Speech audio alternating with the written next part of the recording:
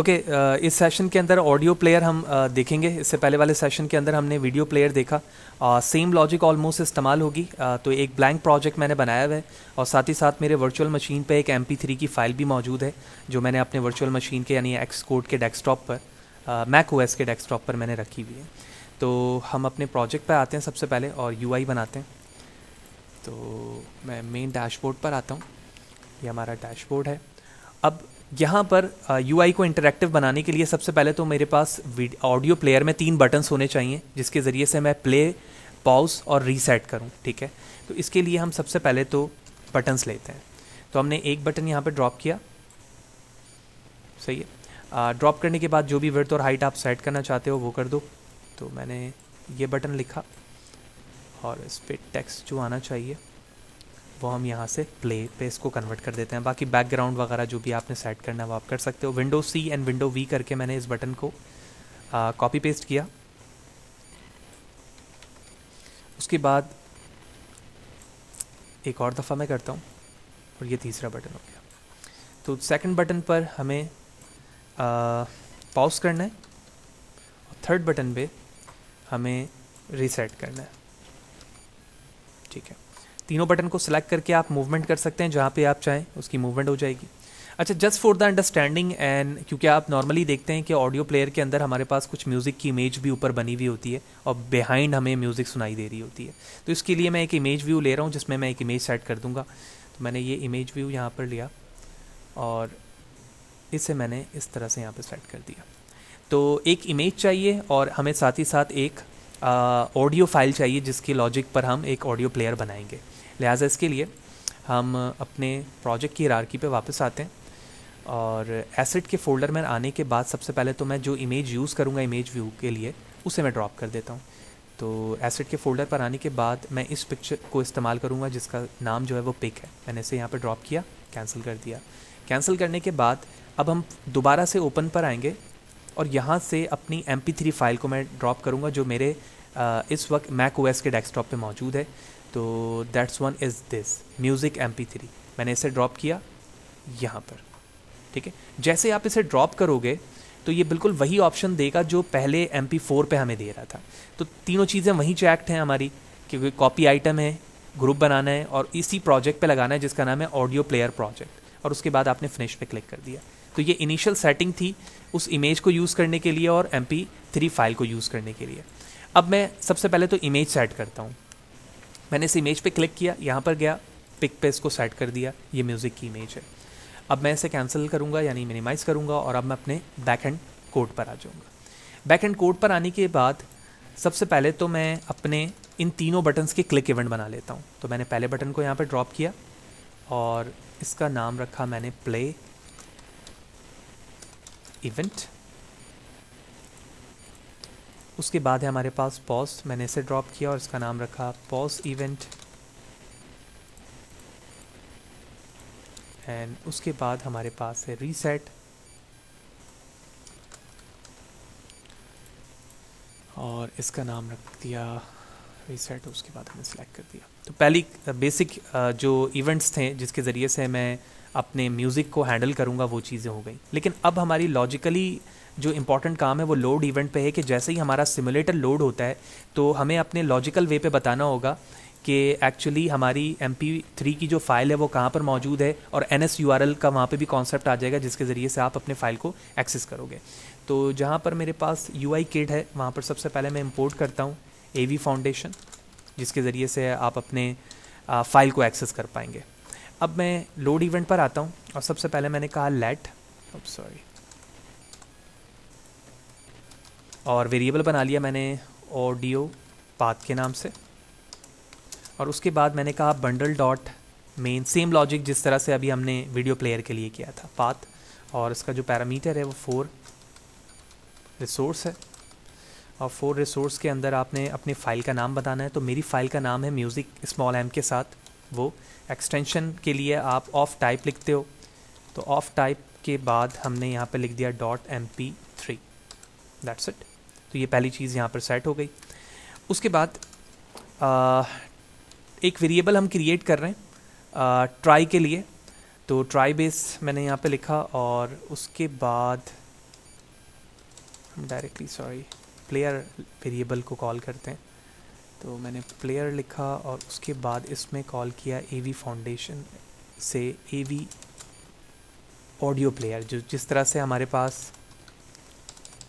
Video player था उसी तरह से हमारे पास ऑडियो प्लेयर भी है। तो AV ऑडियो प्लेयर, ठीक है। इसके बाद आप नीचे कुछ पैरामीटर्स वाइज इसके मेथड देख रहे हो जिसमें थ्रो भी मौजूद है। तो जब ये थ्रो के साथ इस्तेमाल होगा तो इसका मतलब है इसमें ट्राई भी मौजूद होगा। तो यही वजह है कि मैं पहले ट्राई लिख रहा था लेकिन मैंने उसको हटाया ताकि हम इस कॉन्सेप्ट को समझ सकें कि कोई चीज़ यहाँ पर ट्राई बेस्ड थ्रो होगी। तो अब मैं यहाँ पर थ्रो वाले को क्लिक करता हूँ और क्लिक करने के बाद हम यहाँ पर अब समझेंगे कि ये जो प्लेयर वेरिएबल है ये ट्राई बेस होगा और इसका पैरामीटर यहाँ पर जो होगा वो URL है। यहाँ पर मैं लिखूँगा NS URL जिसके ज़रिए से हम पाथ डिसाइड करेंगे। तो मैंने कहा फाइल विथ पाथ स्ट्रिंग और इस स्ट्रिंग के अंदर आप वो नाम लिख देंगे जहाँ पर आपकी फ़ाइल मौजूद है। तो फाइल मौजूद है हमारे ऑडियो पाथ वेरिएबल के अंदर। तो मैंने यहाँ पर स्ट्रिंग में लिखा ऑडियो पाथ, दैट्स इट। उसके बाद इसको एज अ एलियास हम URL नाम देंगे क्योंकि एज अ URL ही है यहाँ पर काम करेगा। तो अब यहाँ पर बेसिक चीज़ें हमने सेट कर दी कि हमने सबसे पहले पाथ बनाया, पाथ के ज़रिए से प्लेयर वेरिएबल को ट्राई और कैच के साथ या थ्रो के साथ यूज़ कर लिया कि अगर कोई इश्यूज़ होंगे तो वो URL को एज अ वेरिएबल ही थ्रो करके हमारे ऑडियो प्लेयर के लिए इनेबल करेगा। इस चीज़ को मज़ीद सिक्योर करने के लिए मैं इस पूरे कोड को डू एंड कैच के अंदर इनक्लोज कर लूँगा। तो मैंने इससे पूरे कोड को विंडो X के साथ ख़त्म किया, डू वेरिएबल या कीवर्ड, और उसके बाद मैंने इसको विंडो V किया और उसके बाद अब यहाँ पर मैं कैच के साथ जो एरर फैच करा कर डिस्प्ले करवाना चाहता हूँ मैं यहाँ पे कर सकता हूँ। तो अभी हम एरर को हैंडल नहीं कर रहे हैं, just for the understanding try catch को मैंने यहाँ पर इस्तेमाल किया है कि इन फ्यूचर अगर हमारा वेरिएबल या हमारे वीडियो का नाम या एक्सटेंशन फॉर्मेट पे रॉन्ग होता है तो वो कैच पे जाकर उस एरर को शो कर देगा। सिर्फ ओवरऑल बेसिक लॉजिक ये थी। अब यहाँ पर जो प्लेयर है वेरिएबल, ठीक है ना, ये जो ट्राई के साथ है, इसके ज़रिए से हम अपनी ऑडियो फाइल को पॉज, रीसेट या करंट टाइम को ज़ीरो करेंगे और वो तीन जो बटन्स बनाए वो बड़े आसानी के साथ कॉल हो सकेंगे। कैसे?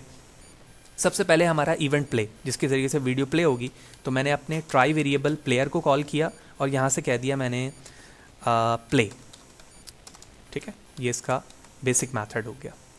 तो प्लेयर डॉट प्ले, इसी तरह से player dot pause and at last reset का मतलब ये है कि जो भी टाइमिंग उसमें एक्सपेंड की है उसको दोबारा से ज़ीरो पे ले आओ। यानी जब ऑडियो फाइल चल रही है तो उसका एक टाइम है, तो वो टाइम जितने तक भी पहुंचा है दोबारा से उसको ज़ीरो पे ले आओ। तो ज़ीरो पे लाने का मतलब है कि वीडियो दोबारा वहाँ से स्टार्ट होगी। तो इसके लिए मैंने कहा player dot current time equal to 0, that's it. तो ओवरऑल बेसिक लॉजिक ये थी जो हमने इस दो लाइनों पे देखा और उस वेरिएबल प्लेयर के ज़रिए से आप अपने उस फाइल को जो आपने अपने फोल्डर में ड्रॉप किया है AV फाउंडेशन को यूज़ करते हुए आपने प्लेयर जनरेट किया और ये तीनों इवेंट्स उस बेस पर चल सकेंगे। लिहाजा मैं अपने सिमुलेटर को एक्टिव करूँगा एंड लेट्स सी। अच्छा जी, उससे पहले जो हमारे बग्स हैं मैं उसको आइडेंटिफाई कर लेता हूँ। सबसे पहले जो स्पेलिंग मिस्टेक है प्लेयर की हम उसे यहाँ पर सही कर लेते हैं। दूसरी बात ये कि ये जो AV ऑडियो प्लेयर है, जिस तरह से हमने प्रीवियस सेशन पे वीडियो प्लेयर बनाया था तो उसका एक वेरिएबल इंस्टेंस क्रिएट किया था, तो मुझे भी इसका ग्लोबल एक वेरिएबल इंस्टेंस क्रिएट करना होगा। तो मैंने टॉप पर यहाँ पर प्लेयर के नाम से बनाया और यहाँ पर मैंने AV ऑडियो, ठीक है, प्लेयर को यहाँ पे मैंने कॉल करना है। तो यहाँ पर AD घेरा प्लेयर, उसका मैंने यहाँ पर इंस्टेंस बना लिया। इंस्टेंस बनाने के बाद वो तमाम प्लेयर नीचे भी इस्तेमाल हो रहे हैं और इस जगह पर भी वैसे ही इस्तेमाल हो रहे हैं। तो सिमुलेटर एक्टिव करता हूँ अब। अच्छा, बिल्ड फेल्ड है, ठीक है, बिल्कुल, क्योंकि ये एक मेथड है तो मुझे एक बॉडी भी इसकी बनानी है।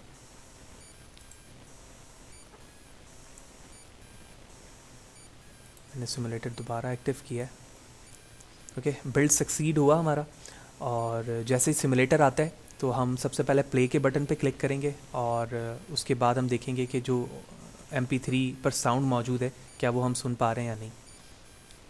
तो UI रेडी है, मैंने प्ले के बटन पे क्लिक किया तो वीडियो की आवाज़ मुझे बिल्कुल आ रही है।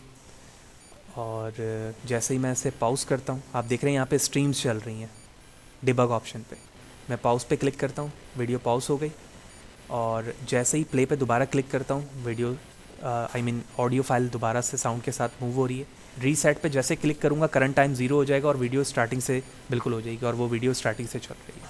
ठीक है, तो इस तरह से देखा हमने, सेम लॉजिक को इस्तेमाल किया हमने जो वीडियो प्लेयर पे था, और NSURL के ज़रिए से हम पार्ट डिसाइड करके AV फाउंडेशन या फिर AV ऑडियो प्लेयर या AV वीडियो प्लेयर के ज़रिए से इंस्टेंस बना रहे हैं और इंस्टेंस के बेस पर वीडियो या फिर ऑडियो फाइल चला रहे हैं।